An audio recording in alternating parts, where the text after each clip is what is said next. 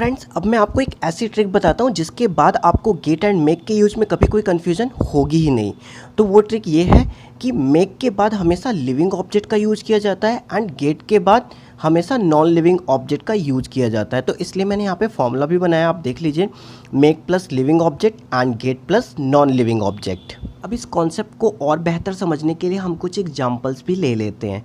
तो देखिए, एक साइड मेक से बने हुए सेंटेंसेस है और एक साइड गेट से बने हुए सेंटेंसेस है।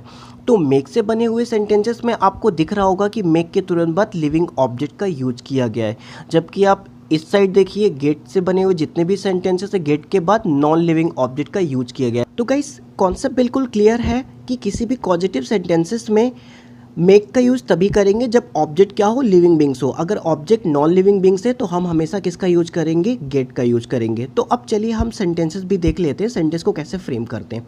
तो फ्रेंड्स, यहाँ पहला सेंटेंस है दौड़ाओ, बट यहाँ पर ये चीज़ नहीं लिखी है कि इसे दौड़ाओ या उसे दौड़ाओ, बट कॉन्सेप्ट ये लग रहा है कि हम जिसके सामने खड़े हैं, मैं उससे बोल रहा हूँ दौड़ाने के लिए, तो जाहिर सी बात है वो मुझे ही दौड़ाएगा। तो इसलिए आप यहाँ पे लिखते हैं क्या, मेक मी रन।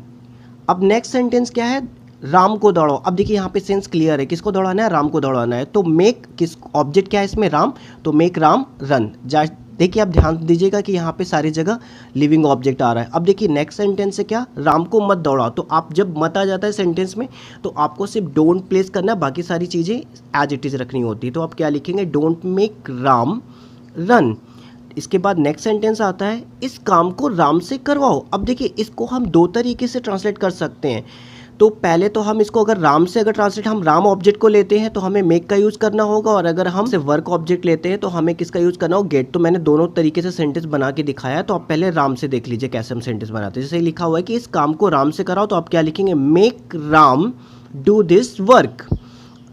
अब नेक्स्ट सेंटेंस क्या है, मैं इस काम को राम से कराता हूँ। अब देखिए ये आ गया टेंस में कि मैं इस काम को राम से करवाता हूँ, तो ये प्रेजेंट इंडेफिनिट टेंस है। तो हम प्रेजेंट इंडेफिनिट टेंस के अकॉर्डिंग क्या करेंगे, वर्क को प्लेस करेंगे। तो अब सेंटेंस क्या हो जाएगा, I make Ram do this work. अब इसके बाद नेक्स्ट सेंटेंस है, मैंने इस काम को राम से करवाया। तो आप इसे पास्ट में आप लिखेंगे तो मेक का सेकेंड फॉर्म हो जाएगा, और ये सेंटेंस क्या हो जाएगा, I made Ram do this work. अब इसके बाद लास्ट सेंटेंस है, मैं इस काम को राम से करवाऊंगा। तो आप इसे लिखेंगे, I will make Ram do this work in future. चलिए अब हम गेट के यूज पर चलते हैं। तो इसमें पहला सेंटेंस क्या है, इस काम को करवाओ। तो आप इसे क्या लिखेंगे, गेट दिस वर्क डन। अब देखिए नॉन लिविंग वर्क क्या है, नॉन लिविंग ऑब्जेक्ट है, इसलिए आपने यहाँ पे गेट का यूज किया, गेट दिस वर्क डन। और गेट के केस में हमेशा हम थर्ड फॉर्म का यूज करते हैं, इसलिए हमने डू डिड डन लिखा यहाँ पर। अब देखिए जो नेक्स्ट सेंटेंस है इसमें लिखा हुआ है, रात का खाना बनवाओ। बनाना नहीं है, बनवाना है, मतलब थर्ड पार्टी से आपको बनवाना है। तो आप क्या लिखेंगे, गेट का यूज करेंगे, get the dinner cooked, third form.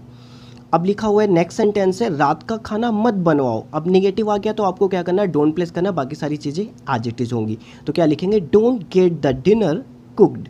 इसके बाद नेक्स्ट सेंटेंस आता है, इस काम को राम से करो। आप देखिए ये सेंटेंस आपका फोर्थ वाला मेक वाले में भी सेम सेंटेंस था, यहाँ भी वही सेम सेंटेंस है, बस हमने आपको समझाने के लिए हमने इस सेंटेंस को सेम लिया ताकि आपको कॉन्सेप्ट बिल्कुल क्लियर। अब देखिए इस काम को राम से करवाओ, तो हमने वहाँ पे राम से बनाया था, अब हम इसको वर्क से बनाएंगे। तो वर्क यहाँ पे क्या है, नॉन लिविंग ऑब्जेक्ट है, इसलिए हम यहाँ पे गेट का यूज करेंगे। तो हम इसको अगर वर्क से ट्रांसलेट करेंगे तो आप कैसे करेंगे, get this work done by Ram. अब देखिए राम को आपने लास्ट में रखा है, आपने राम को स्टार्टिंग में नहीं रखा है, इसलिए यहाँ पे गेट के साथ जो ऑब्जेक्ट यूज हो रहा है वो नॉन लिविंग हो रहा है, जिसकी वजह से आप यहाँ पे क्या यूज़ कर रहे हैं, नॉन लिविंग होने की वजह से गेट का यूज़ कर रहे हैं। अब नेक्स्ट सेंटेंस क्या है, मैं इस काम को राम से करवाता हूँ। सेम चीज़ आपको गेट के फॉर्मेट में, I get this work done by Ram. मैंने इस काम को राम से करवाया, आप क्या लिखेंगे, सेकेंड फॉर्म में रख देंगे, गेट का second form got, I got this work done by Ram. अब लास्ट सेंटेंस क्या है, मैं इस काम को राम से करवाऊंगा, तो I will get this work done by Ram. तो गाइस आज के लिए इतना ही, बाकी के यूजेस हम लोग नेक्स्ट वीडियो में कवर करेंगे।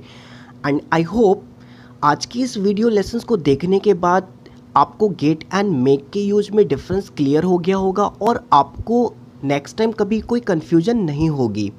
तो इसके रिगार्डिंग कोई भी आपको डाउट्स वगैरह या क्वेश्चंस दिमाग में अभी भी आ रहे हो तो आप हमें कमेंट करना मत भूलिएगा, और प्लीज़ जाते जाते इस वीडियो को लाइक कर दीजिएगा। और अगर आप हमारे चैनल पे फर्स्ट टाइम विजिट कर रहे हैं तो इस चैनल को प्लीज़ सब्सक्राइब कर लीजिएगा कि आपको भी आने वाली वीडियो की हर नोटिफिकेशन टाइम टू टाइम मिलती रहे और आप इसी तरह से सीखते रहें और आगे बढ़ते रहें। Wish you all bye and take care.